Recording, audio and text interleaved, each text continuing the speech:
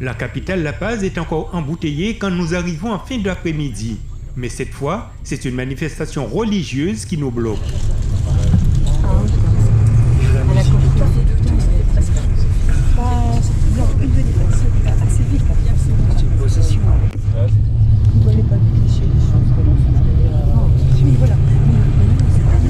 La première impression quand on arrive à La Paz, c'est de se questionner au sujet de ces œufs volants qui fourmillent dans le ciel de la capitale.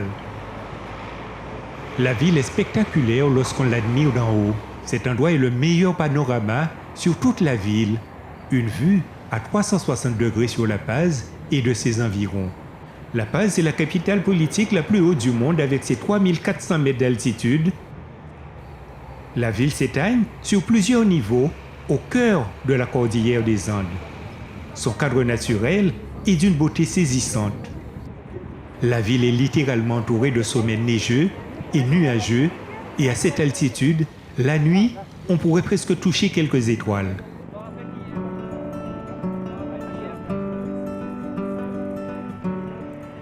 Une balade en téléphérique peut être une aventure, mais à La Paz City, cela fait partie de la vie quotidienne. Au lieu des liaisons en métro, les quartiers de La Paz sont reliés entre eux par des lignes de téléphérique.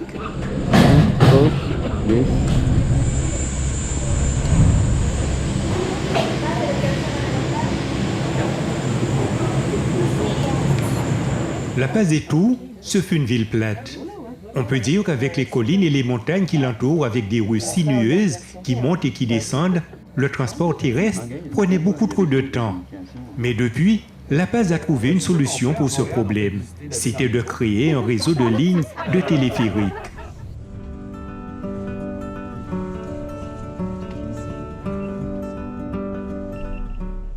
Et devenant ainsi le moyen le plus rapide et le plus facile pour se déplacer d'un point à un autre. De nos jours, ce système est devenu si efficace qu'il relie non seulement la ville de La Paz, mais aussi la ville voisine d'El Alto.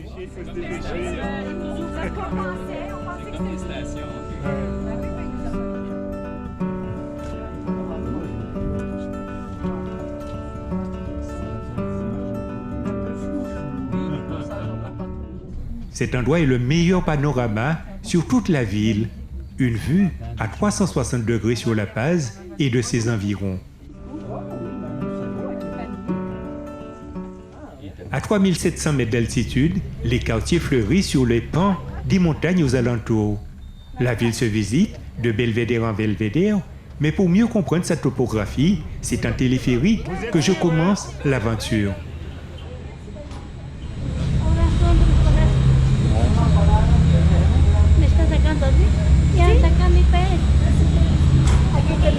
Ah oui! Ça va, j'ai donné un petit pourboire, hein. Ma première surprise vient de ces téléphériques qu'on utilise comme moyen de transport pour se déplacer et permettre aux habitants des banlieues de travailler dans le centre de la ville.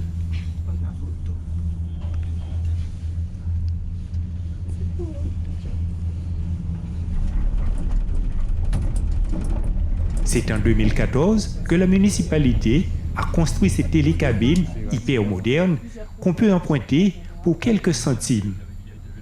C'est aussi pour moi un super moyen de visiter la ville sans être bloqué dans les bouchons.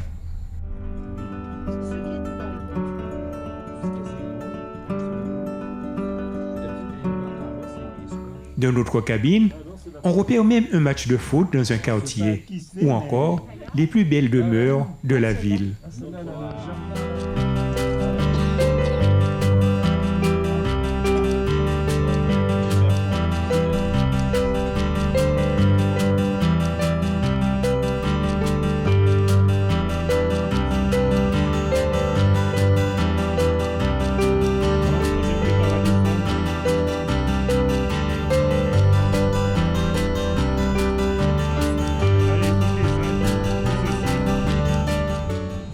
Une balade en téléphérique peut être vraiment une aventure ici à La Paz, en Bolivie.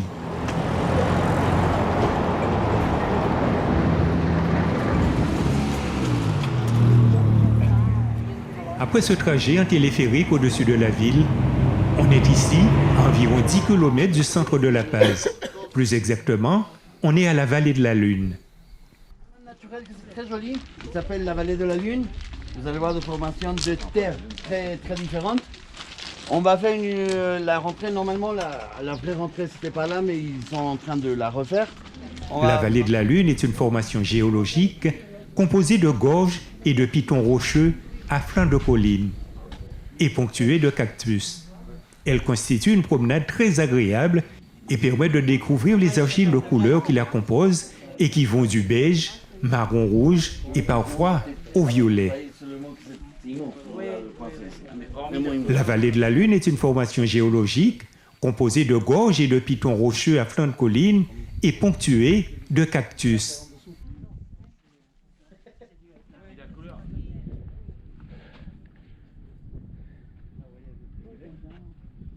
Ah, là, ouais. Tout le monde ça va passer.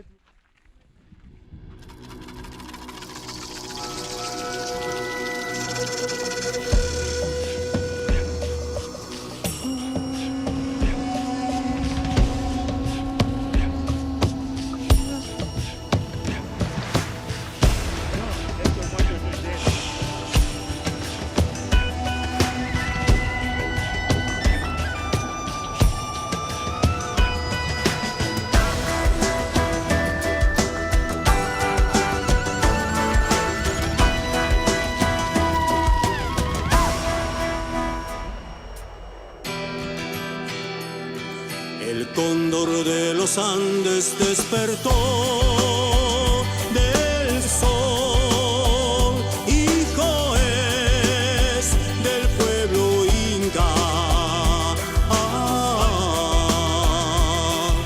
Volando por sobre los Andes va como un guardián del pueblo inca, del pueblo inca. No hay conquistador capaz de doblar su valor, pintando en Le midi, le vin est compris, je pense. Du whisky.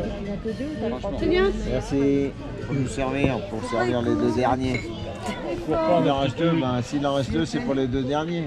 Non, elle vient prochaine.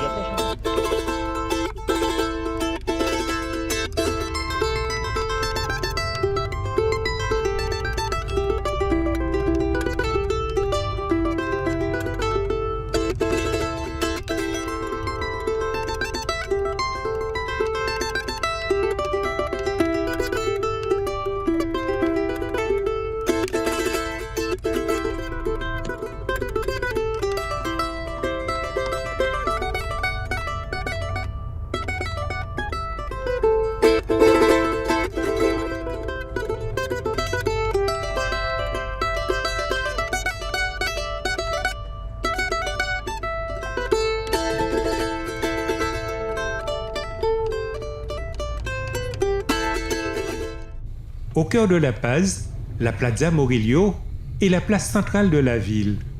L'endroit est dominé par une immense cathédrale, le palais présidentiel et le Congrès national. La Plaza Morillo est peuplée de statues de personnalités historiques de toutes les époques de l'histoire de la Bolivie, dont la statue de Pedro Domingo Murillo, dont la place porte son nom aujourd'hui. La Plaza Morillo est l'un des meilleurs endroits de la ville pour se mêler à la population. C'est le lieu de rencontre pour les habitants de La Paz.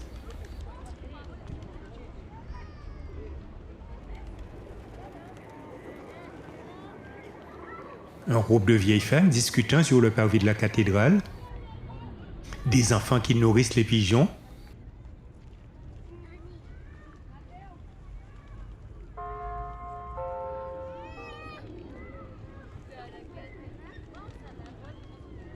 des photographes prêts à immortaliser des sourires.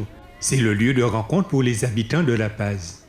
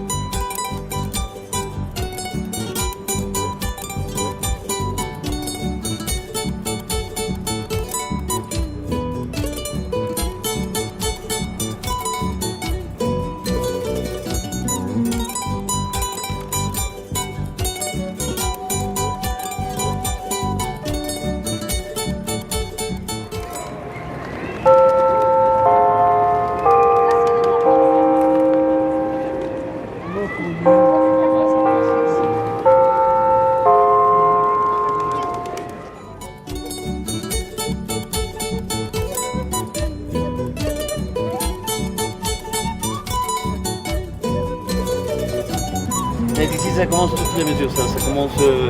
Il y a 302 km jusqu'à Oruro. Et ça dépend. Donc, c'est de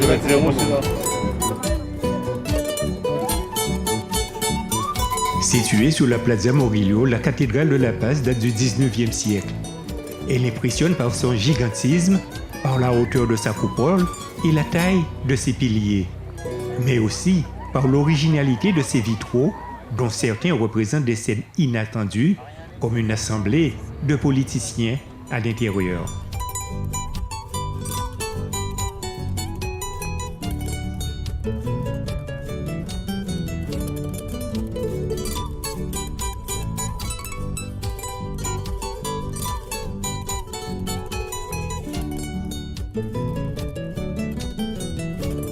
Un peu plus tard, après un bon déjeuner, on se retrouve pour la visite des musées de la rue Calégienne.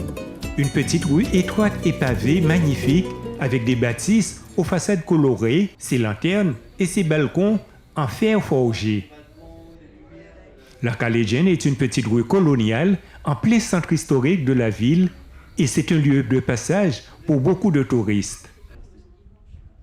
Arrivé tout en bas, plusieurs musées se trouvent le long de la rue, notamment El Museo Nacional de Arte, qui représente des œuvres de l'époque coloniale jusqu'à l'époque contemporaine.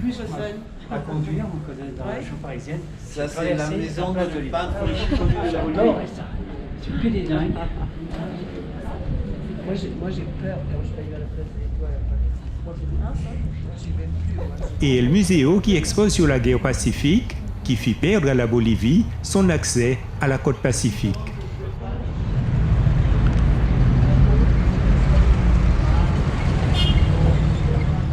L'un des héritages architecturaux des Espagnols est encore très présent ici, dans la Calégienne.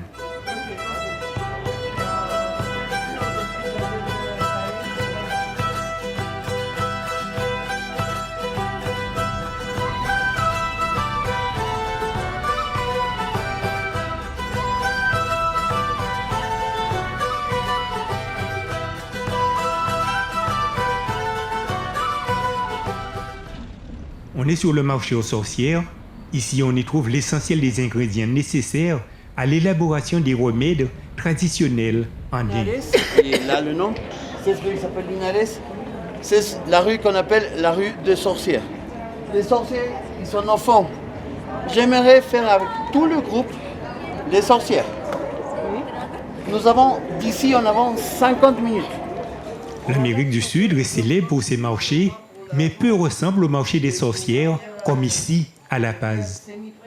C'est un marché en plein air dont les allées sont bordées de stands tenus pour les aymaras, vêtus de chapeaux melons et de jupons. Les aymaras sont les autochtones de la Bolivie. L'actuel président, Evo Morales, est issu d'une famille.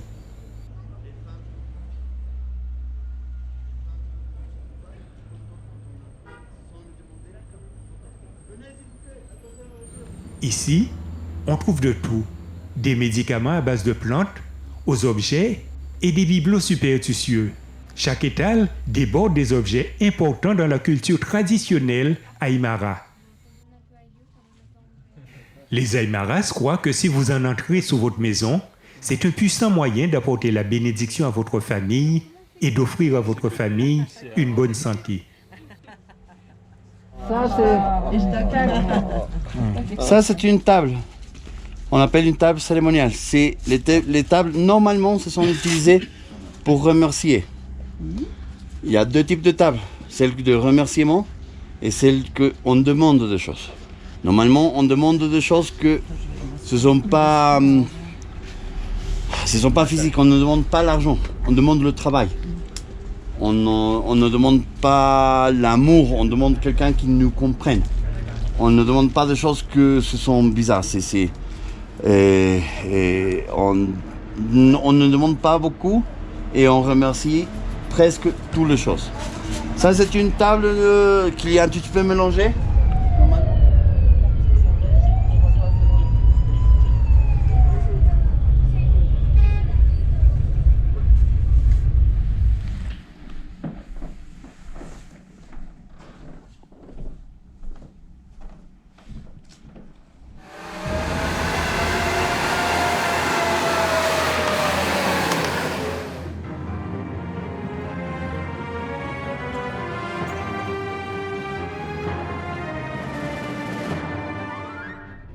Aujourd'hui, je quitte la capitale La Paz très tôt ce matin en direction de Copacabana.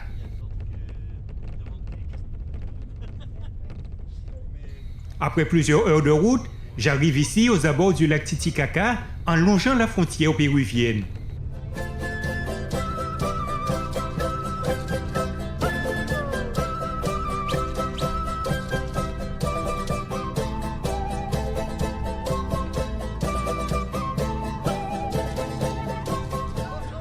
Il faut donc savoir que le lac Titicaca est un lac de la cordillère des Andes traversé par la frontière entre la Bolivie et le Pérou. Mais c'est aussi l'un des lacs les plus hauts du monde.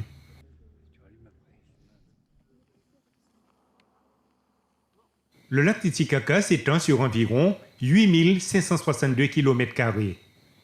4772 correspond au territoire péruvien et le reste 3790 km² à la Bolivie. Mais c'est aussi le plus haut lac navigable du monde à une altitude de 3812 mètres.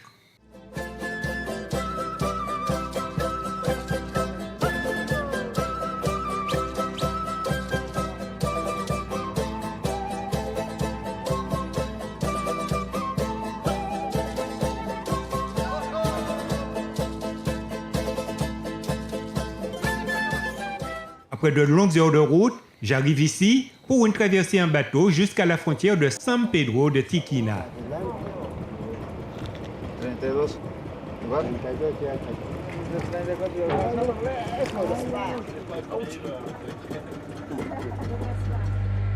Et je fais la traversée en compagnie de plusieurs Boliviens qui eux aussi passent la frontière ce matin.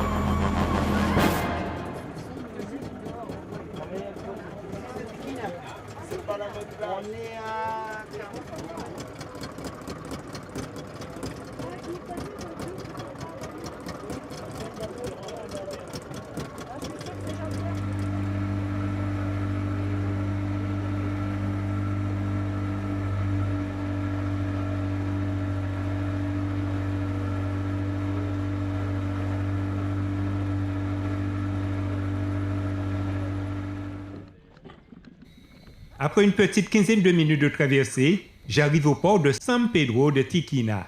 C'est le poste de frontière du Pérou. On est tout de suite accueillis par la police frontière. Encore mieux. Parce qu'ici, on peut acheter le shampoing, on peut acheter ça. Dans le désert, non. Hier, par exemple, hier à midi, vous avez déjà un petit peu les viandes. Ce géant qui pose pour la photo, c'est la statue de San Pedro de Tiquina.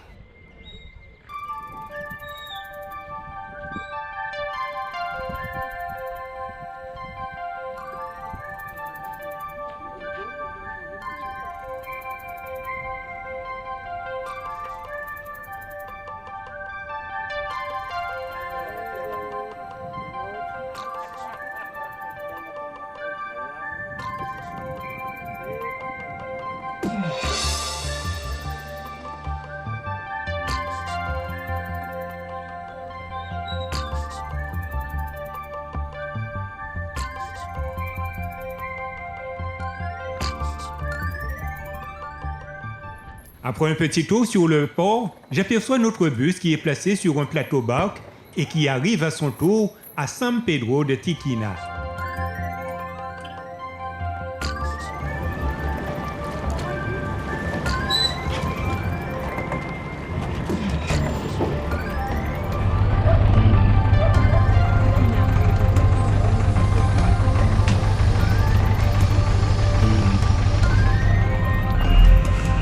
Sí. Sí, señorita.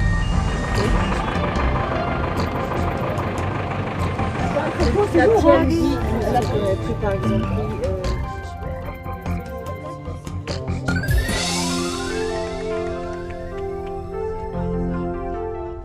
On quitte la frontière pour rejoindre Copacabana qui sera notre port de départ pour la navigation sur le lac Titicaca et un déjeuner sur l'île du Soleil et un retour par l'île de la Lune.